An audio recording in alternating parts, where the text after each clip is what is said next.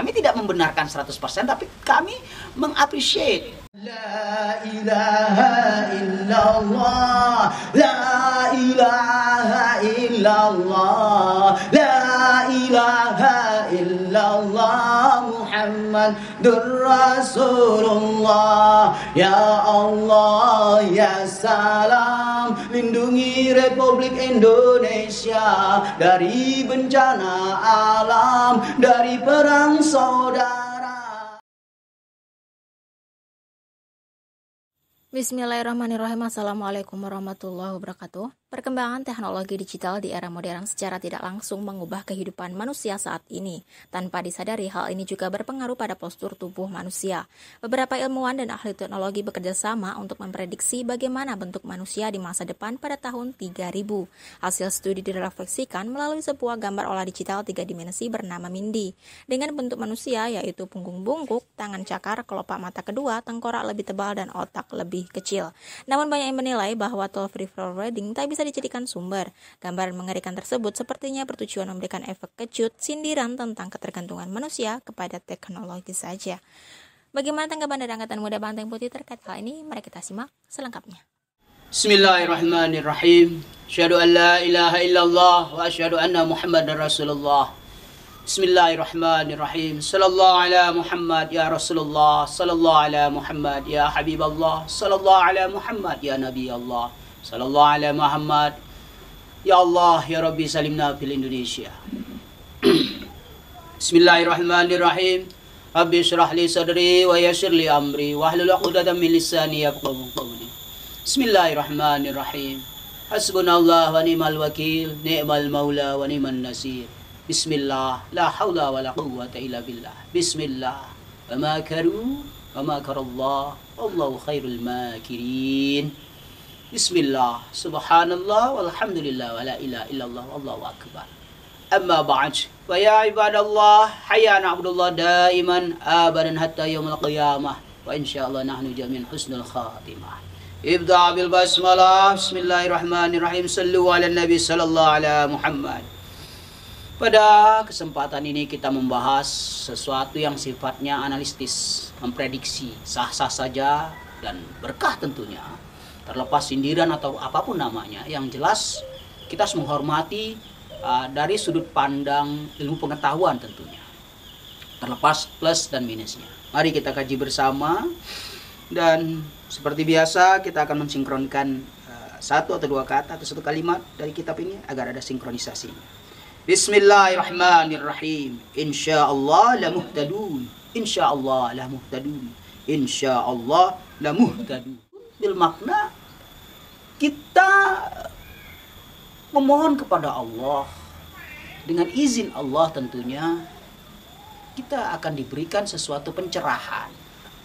Dengan izin Allah kita diizinkan memprediksi sesuatu yang sifatnya futuristik, yang sifatnya masa depan. Sah tentunya. Bedakan ramalan dengan memprediksi, jauh beda itu. Memprediksi itu dilengkapi dengan sains, dengan konsep-konsep yang jelas, dengan memiliki unsur-unsur yang ilmiah tentunya. Beda dengan ramalan yang murni memprediksi tanpa ada ilmu pengetahuan sama sekali, hanya memprediksi saja. Sedangkan memprediksi di sini yang dilakukan oleh para ilmuwan tersebut adalah sesuatu yang ilmiah. Tentunya terlepas akurat atau tidak akurat yang akan terjadi di tahun 3000 nanti, tapi ini kita perlu memberi appreciate. Artinya ini suatu kajian yang sangat baik dan berkah tentunya. Karena Allah sendiri tadi dikatakan insyaallah la muhtadun. Dengan izin Allah diizinkan untuk memprediksi, tidak masalah hal seperti itu. Karena gimana pun petunjuk itu ada di sekeliling kita. Nah, orang-orang tertentu diberi kelebihan oleh Allah untuk mampu menangkap sinyal-sinyal yang diberikan oleh Allah, tanda-tanda yang diberikan oleh Allah. Sama seperti kajian ini ataupun sang ilmuwan ini, para ilmuwan yang berkumpul ini, mereka mencoba membongkar manusia di abad atau manusia di tahun 3000 nanti bagaimana bentuk rupanya. Nah, ini menarik bagi kami. Kenapa? Karena ini sesuatu yang futuristik, yang 1000 tahun lagi katakanlah kurang lebih. Tapi ini mereka sudah berani memprediksi dengan riset yang tentunya sesuai dengan skill mereka dan dapat dipertanggungjawabkan secara ilmiah. Ya, tentunya lagi kita melihat ini hasil yang sangat mengembirakan. Kenapa? Biar menjadi catatan bagi manusia bahwasanya kalau pola hidup seperti ini, maka manusia di tahun 3000 akan seperti ini. Jadi itu poinnya di situ. Kita bisa melihat, mengkoreksi diri. Masuk logika masuk. Saban hari kita lihat gadget, ya, sinyal handphone, radiasi dari gadget tersebut, apalagi untuk anak-anak sangat tidak recommended anak-anak sering bermain gadget. Jadi ini logikanya di situ. Ketika diprediksikan manusia bentuknya seperti itu, mengerikan sekali. Kenapa otak mengecil? Itu tadi. Tidur pakai gadget, ke kamar mandi pakai gadget, makan pakai gadget. Tiada hari tanpa handphone, tiada hari tanpa gadget, tiada hari tanpa smartphone.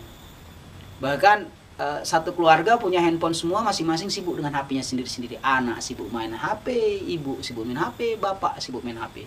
Tidak ada saling komunikasi sama sekali. Sehingga harmonis dalam rumah tangga berkurang. Nah, ini ketika kebutuhan jiwa manusia telah digantikan oleh gadget, oleh handphone, maka konsekuensi yang terbesar adalah mempengaruhi bentuk. Ini mau tidak mau harus kita akui. Kenapa?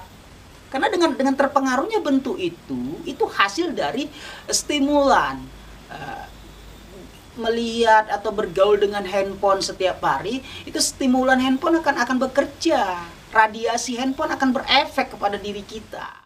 Kami tidak membenarkan 100%, tapi kami mengapresiasi. Ini bagus dan sangat menohok tentunya.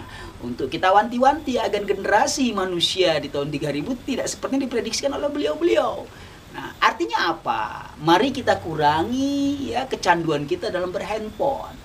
Bukan berarti menghilangkan handphone, tidak mungkin, dan itu sangat mustahil, apalagi di abad digital sekarang. Tetapi mengurangi, artinya jika tidak perlu sama sekali, jangan digunakan. Gunakan handphone memang sesuai kebutuhan, bukan keinginan. Bedakan keinginan dan kebutuhan. Misalnya kita memang betul-betul ingin menelpon seseorang karena keadaan tertentu dan situasi karena masalah bisnis dan sebagainya. Nah, itu memang kebutuhan.